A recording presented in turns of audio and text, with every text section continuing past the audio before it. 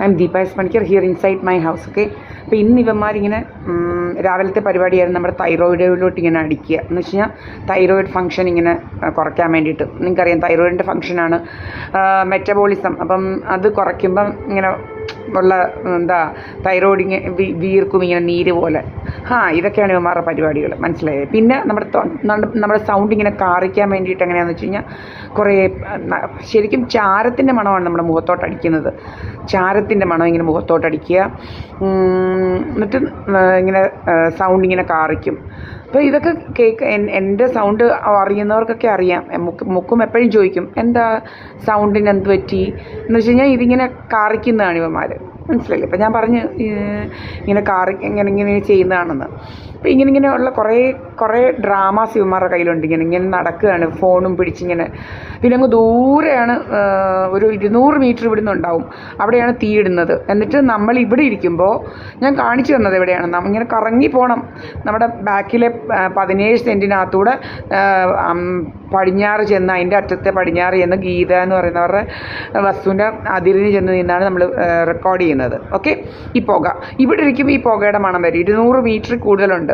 നിങ്ങളൊന്ന് ആലോചിച്ച് നോക്കിയേ. അപ്പോൾ ഇവിടെ ഇരിക്കുമ്പോൾ നമ്മുടെ മുഖത്തോട്ട് ഈ പുകയുടെ മണവും ഈ തീ ഇങ്ങനെ സ്റ്റീം ഇങ്ങനെ വരുമ്പോഴാണ് നമ്മൾ എവിടുന്നാണ് ഇത് വരുന്നത്, ആരാ ഈ പുകയിട്ടതെന്ന് നോക്കാൻ വേണ്ടിയിട്ടാണ് നമ്മൾ ഇറങ്ങുന്നത്, മനസ്സിലായില്ലേ.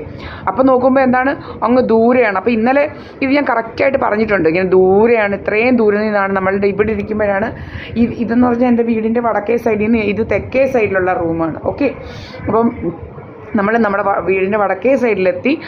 അവിടുന്ന് പിന്നെയും ഈ പ്രോപ്പർട്ടിയുടെ വടക്കേ സൈഡിലാണ് 17 സെൻറ്റ് ഇങ്ങനെ തൊട്ട് കിടക്കുന്നത്. അതിൽ കൂടെ നടന്ന് പടിഞ്ഞാറ് സൈഡിലെത്തുമ്പോഴാണ് ഈ പുക. അത് പിന്നെ അങ്ങോട്ട് പോകും ഗീതയുടെ പ്രോപ്പർട്ടി. പിന്നെ കുറേ കഴിഞ്ഞിട്ടാണ് ഈ പുകയിടുന്നിടം.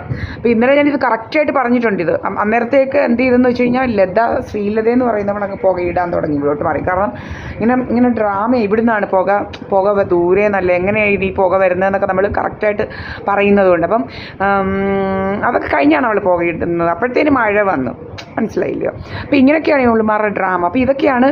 അതുപോലെ ഞാൻ ഒരിക്കൽ പറഞ്ഞു, നമ്മൾ കോടതിയിലിരിക്കുമ്പോൾ പുകമാണ് നമ്മുടെ മുഖത്തോട്ട്. അപ്പം നമ്മൾ എഴുതിക്കോ, അപ്പോഴത്തേന് എവിടുന്നാണ് ഈ കോടതിക്കകത്തിരിക്കുമ്പോൾ എവിടുന്നാണ് പുകമണം വരുന്നത്. അങ്ങനെ അപ്പോഴത്തേനും അവിടെ എവിടെയോ ദൂരെ അതൊക്കെ കഴിഞ്ഞപ്പോൾ ഈ പുകയിടുക ഞാൻ എഴുതി കഴിഞ്ഞപ്പോഴത്തേന് എന്നെ മയക്കാൻ വേണ്ടിയിട്ടാണ് ഇതൊക്കെ.